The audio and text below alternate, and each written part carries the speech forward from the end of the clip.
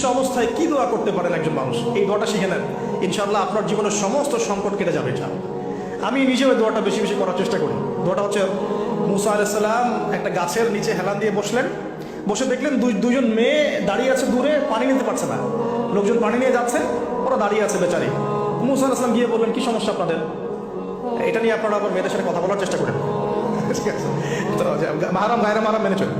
তারা বললেন যে আমাদের বাবা অনেক বৃদ্ধ মানুষ, আমরা পানি নিতে পারি না যতক্ষণ না আমাদের কম পানি নিয়ে চলে যায়। মুসা আলাইহিস সালাম তত একটু বললাম না, ফিজিক্যালি খুব স্ট্রং ছিলেন, থাকে না বডি বিল্ডার, সামনে গিয়ে কথা বলে সরব পানি দিতে দাও, তখন মানুষ একটু মূল্যায়ন করে না। তো মুসা আলাইহিস সালাম এভাবে পানি নিয়ে দিলেন এবং বাছুরদেরকে পানি পান করালেন, করিয়ে গাছের নিচে এসে বসে আছেন। বসে বসে তিনি দোয়া করছেন, এই যে দোয়াটা তিনি দোয়া করছেন, রব্বি, একটা নেক কাজ করলেন, নেক কাজ করলেন না, মানুষের উপকার করলেন, নেক কাজ করে এসে গাছের নিচে বসে দোয়া করছে, আল্লাহ এখানে তো আমার খাবার পানি বাসস্থান কিছুই নাই, আমি কি করব?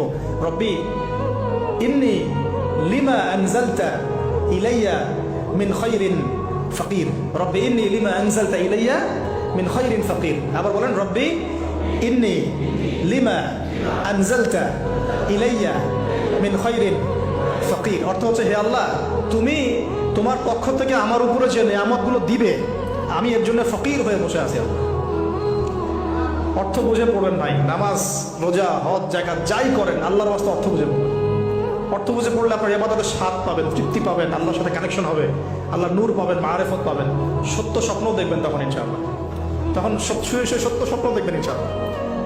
আল্লাহ পাক তৌফিক দান করবেন।